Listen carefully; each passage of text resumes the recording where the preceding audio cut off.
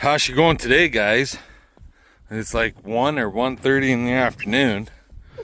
Been a busy day of hook to this trailer, hook to that trailer, so on and so forth. So, Miss 6 that you guys all know of went to freezer camp. That was a couple hours out of the day. Then we went to the neighbors and got my 24-foot flat deck with the 6 corral panels on it. Had to dig it out of the snowbank. CP's on her way home with little Blue right now. So, got him home. The big white Dodge is back hooked to the Goose because we're supposed to be hauling bales on Saturday, providing the roads are not snowed in, because weather report is saying 50k wind for tomorrow, wind gust of 50k, and depending on where you live, 5 to 10 centimeters of snow. Yes, it's still a beautiful day. I think the high is 0 today, but it might get warmer than that. The snow's melting. Anyway, yesterday, Wednesday, today's the 30th, Thursday the 30th of January. One more day and January's over. But you guys might remember how I had made a comment a while back that I got a hydraulic line leak. Well, it's this one on the tilt cylinder right here. And I took him off a while back, like a week ago, thinking, well, fuck, it's just a hose, right? Surely they'll have this in stock, but it's got a special, this little bastard right here. You got to pull this, give it a, make sure all your oil is released, give it a quick push in and then pull out, and that's how it disconnects. On this side, it's just standard fucking fitting. But anyways, for the valve, all of these lines have that style of fitting. And, excuse me, that goddamn hose is only 36 inches long. It was 130 bucks. But it finally showed up. They never had one in stock. So we've been running for the past week. Ever since we did our tub grinding. That's when it started leaking with a leaky hose. So yeah, for 36 inches overall length, $130 fucking. Crazy. Anyways, we're gonna get the air compressor out. We'll blow all the shit out of there, and we'll get this hose changed out.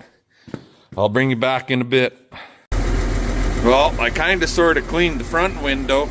I didn't do I didn't bother with the sides or the back. We got our hydraulic line in. So now we should be able to feed cows, move snow, and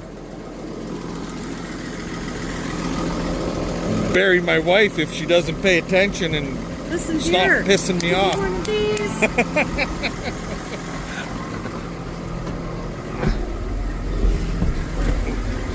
Take you out and feed you to the coyotes.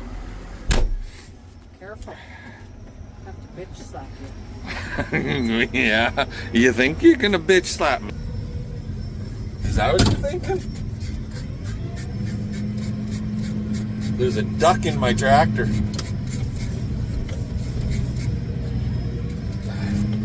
CP's quacking. Alrighty. Let's go feed some cows, see if this thing's gonna leak. Talk to you guys later. Alrighty guys, well, had a quick coffee, literally just 1 cup and no sandwich or nothing. It's been kind of a go-go day. The mill is running. So remember I was saying how I was getting grain out the top? Well, according to Rob and Bloom, and if you guys don't know, anybody that's subscribed to my channel get over and check out Robin's channel. It is not Millennial Farmer, but Millionaire Farmer. Go check out Millionaire Farmer. Through the winter, he is grinding grain constantly because that's what his business is.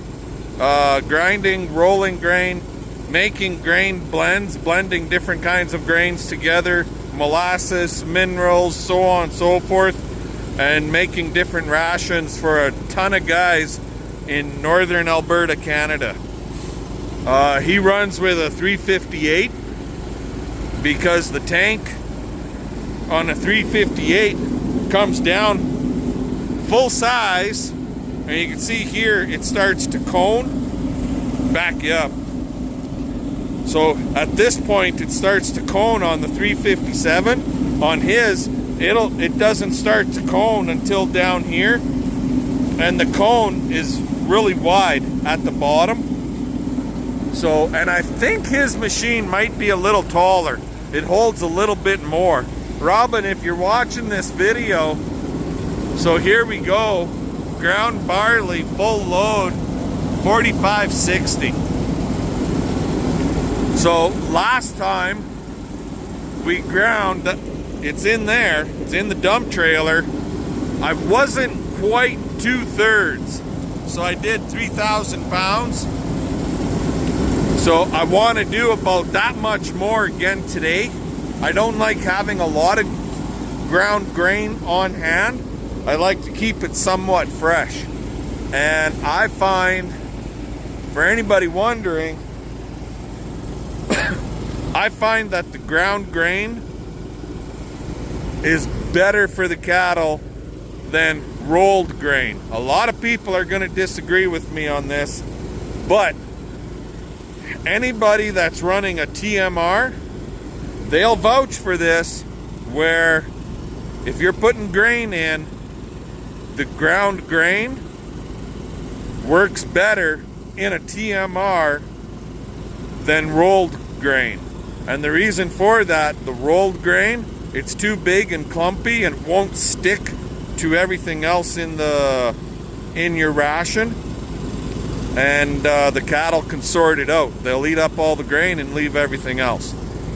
So especially now with us, we got cut feed going into our calves, and we're putting ground grain on top of that. So that fine grind mixes kind of, not 100%, but it'll mix in with that cut feed, and then they're eating everything. Anywho, let's get to grinding. I got to get the belt on the auger. We're all set up. We're ready to rock and roll. If it's going to get really cold again, I want to have enough grain on hand so I don't have to do this for a while. And it's supposed to get cold here in February. Basically starting Sunday for the next 2 weeks, we're dealing with minus 15 to 30 for temperatures. So let's get after it. Talk to you guys later. Not going to take very long to grind, I'll say that much. Not when it's working properly.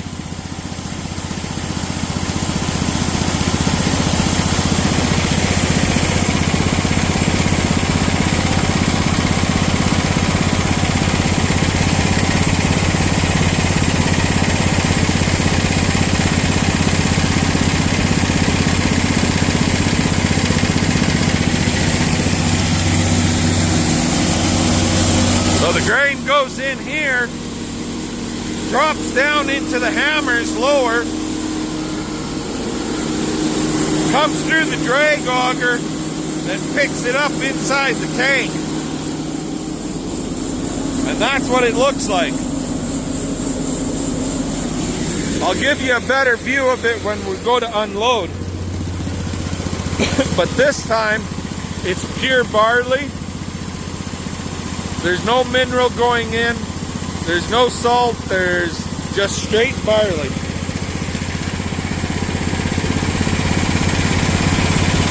I have to keep shutting the auger down because it's augering faster than the mill will take it. I've got it set kind of slow.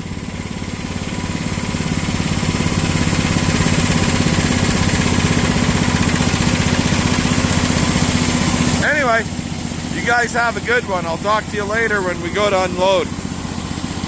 Alrighty, so that's what it looks like. There's a few. Now, I've got the smallest screen I got on it. There's a few uncracked kernels going through, but I was maybe grinding too fast. I don't know, but that's what it looks like. I ain't gonna complain about it. It's 90% ground, and that's good enough for me. My calves are growing well on it, so, and by dumping it on top as I scoop a bucket load, I'll get some of this stuff with the pellets and stuff in there, and I'll get some of that. It'll all be good to go. Later. Alrighty guys, so as you can see, yes, they're eating the grain off the top, but they're moving it around as they eat. See, some of it is falling down here.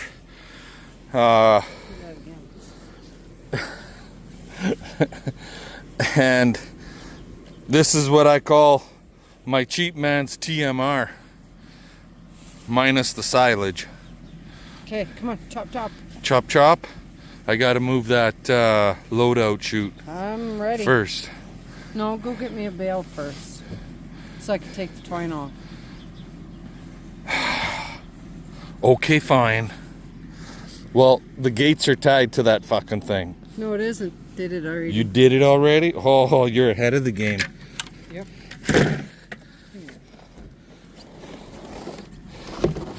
We got a few jobs here to do yet. We're gonna change a feeder out, a round bale feeder out, put a hay saver in, a BCP hay saver.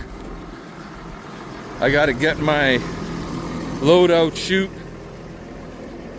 out of here.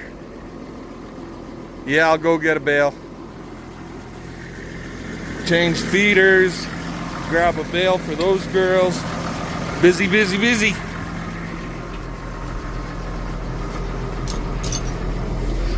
And if it's still daylight when I get done, I'll cut some wood. Talk to y'all later.